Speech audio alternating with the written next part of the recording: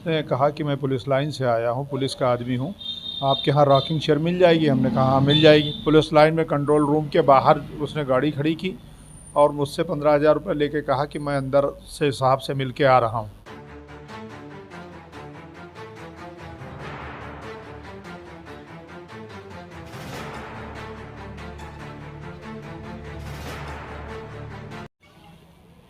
नमस्कार साथियों, मैं विक्रांत हूं और आप देख रहे हैं द पब्लिक मेल। हम इस वक्त जहां पर मौजूद हैं, यहां पर एक कैन फर्नीचर की दुकान है। मैं कैमरामैन से कहूंगा ये दुकान दिखाने की कोशिश करें। ये वो दुकान है जहां पर 15 मई को एक बड़ी ठगी हुई है, जहां पर हज़ारों की ठगी हुई है और इनको बेवकूफ़ बनाकर, सबसे बड़ी बात तो ये है, ये ठगी बहराइच शहर के बीचों बीच में हुई है। और ये ठगी ले जाकर रावड़ी ने, ठग ने पुलिस लाइन ऑफिस में की है, जहां पर कंट्रोल रूम बना हुआ है, कंट्रोल रूम के बाहर की है।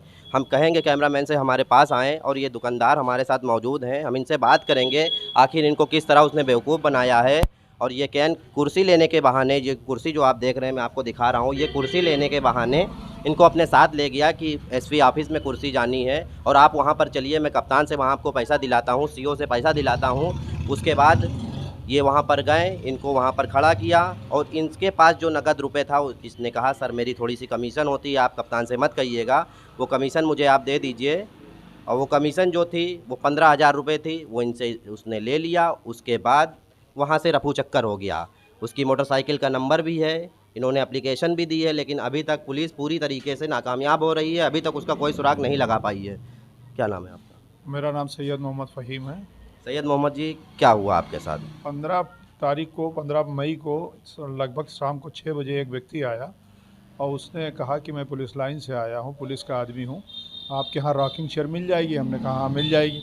तो उसने कहा कितने की? तो हमने कहा 4500 की। तो उसने कहा भाई पुलिस में जाएगी, सही रेट लगा लीजिए। तो हमने कहा 4,000 की होगी। तो उसने बताया कि हमको 9 रॉकिंग चेयर पुलिस लाइन में रखनी है, सीओ साहब ने भेजा है।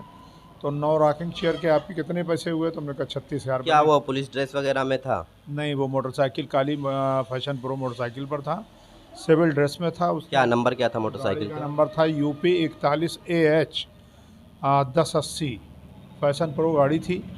तो उसने कहा कि 9 जो है रॉकिंग चेयर 36,000 की हुई, लेकिन आप मेरा 15,000 कमीशन जोड़ के आप सीओ साहब को 50,000 बताइएगा, हम आपको गूगल पे से या चेक से पैसा दिला दे रहे हैं।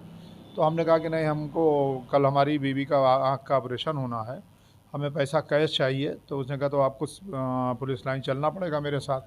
तो मैं उसके साथ उसी मोटरसाइकिल पर बैठ के पुलिस लाइन गया, वहाँ कंट्रोल रूम, आप इसी दुकान से यहाँ से फिर पुलिस लाइन पुलिस गए? लाइन गए।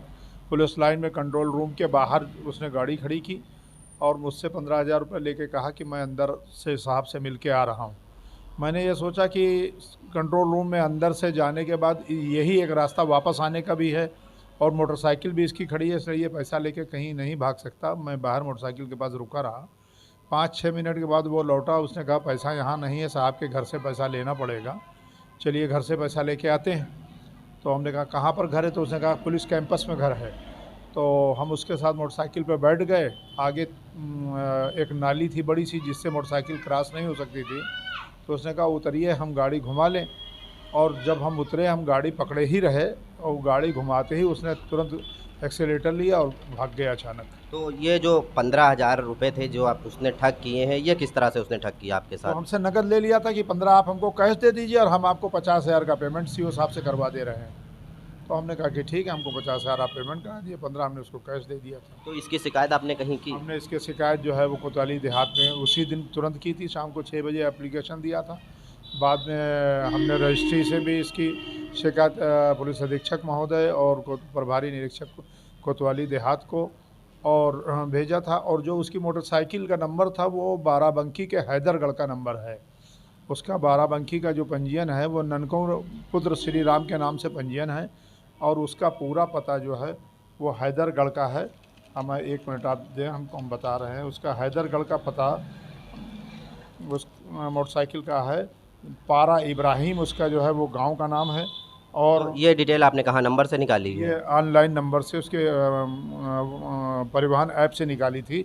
बाकरगंज लोहारपुर ग्राम पंचायत पारा इब्राहिम हैदरगढ़ है। और उस पर जो आरटीओ ऑफिस के रिकॉर्ड में जो मोबाइल नंबर पड़ा है वो नंबर है 8756492178। तो आपने इस नंबर पे बात इस पर वगैरह हमने की? नंबर फ़ोन किया, पहले तो ये स्विच ऑफ जा रहा था, थोड़ी देर बाद ये फ़ोन खुला। 2-3 बार रिंग करने के बाद भी इसने फ़ोन रिसीव तो किया, लेकिन इसका कोई रिस्पांस नहीं दिया, जवाब नहीं दिया। मेरी हेलो हेलो सुनता रहा। जो गाड़ी है पैशन प्रो, क्या नंबर भी उसी गाड़ी का आ रहा है? नहीं, हमने जो है वो आरटीओ ऑफिस वाला जो रिकॉर्ड निकाला, उसमें ये गाड़ी सुपर स्प्लेंडर प्लस दिखला रही है, और गाड़ी जो लेके आया था वो फैशन प्रो थी, ब्लैक कलर की। तो जिस व्यक्ति से आपने बात किया, कि आपको ऊपर उसका शक हो रहा है कि वही आदमी है? हमको शक हुआ था, और उसी टाइम हमने उसकी फ़ोटो भी खींची थी। हमने कहा भी कि आपने इस पे पुलिस का मोनोग्राम क्यों नहीं बना रखा जब आप पुलिस के आदमी हैं? तो उसने कहा कि हम लोग एलआईयू से हैं और इसको शो नहीं करते हैं। अच्छा, आपको उसने एलआईयू का बताया? हाँ, उसने बताया कि हम एलआईयू से हैं, शो नहीं करते हैं। तो इस तरीके से 15,000 रुपये उसने हमसे ले लिए। गाड़ी की नंबर प्लेट से जो आपने मोबाइल नंबर निकलवाया है और जो व्यक्ति निकल कर आया है, क्या आपको उसके ऊपर कुछ शक है? जो व्यक्ति है गाड़ी वाला, वो फर्स्ट ओनर गाड़ी है। अगर उसकी गाड़ी चोरी हुई होती तो वो हमारे फ़ोन का वो रिसीव करके बताता कि मेरी गाड़ी चोरी हो गई, या उसकी गाड़ी खड़ी होती तब भी फ़ोन करके वो हमसे बात तो करना चाहिए था, उसको पोजीशन क्लियर हो जाती उसके बाद। तो ये जो घटना हुई है, जो फ़ोन आपने किया है, क्या पुलिस को आपने अवगत कराया इसके हमने बारे में? पुलिस को अवगत कराया। आज भी मैं सुबह प्रभारी निरीक्षक कोतवाल साहब देहात से मिला था। आज उन्होंने एफआईआर के लिए अपने हेड मुहर्रिर को आदेश भी किया है। हेड मुहर्रिर साहब ने ये कहा है कि आप आइए शाम को, एक एप्लीकेशन दूसरी दे दीजिए, लिखनी पड़ेगी। तो हम अभी शाम को जाएंगे। ये घटना आपकी 15 मई की है 15 मई की शाम को 6 बजे की घटना घटित हुई है। और अभी तक इसका कोई पता नहीं चला है, कोई सुराग नहीं लगा। तो ये हमारे साथ फ़हीम भाई थे। इनकी यहाँ बाईपास रोड पर नोआ हॉस्पिटल के पास दुकान है, कैन फर्नीचर के नाम से। इनके पास एक व्यक्ति आता है, वो अपने आप को पुलिस का आदमी बताता है और इनको पुलिस लाइन बहराइच लेकर जाता है कंट्रोल रूम के बाहर। फिर इनसे 15,000 रुपये की मांग करता है और 50,000 दिलाने की बात करता है। इनसे 15,000 लेने के बाद में उसी कैंपस से वहाँ से वो 9-2-11 हो जाता है, जिसके बाद ये एप्लीकेशन देते हैं। अभी तक इस पर कोई कार्रवाई नहीं होती है। अब ये देखने वाली बात होगी आखिर कब तक इस पर एक्शन होता है। द पब्लिक मेल से विक्रांत कुमार, कैमरा पर्सन खालिद खान।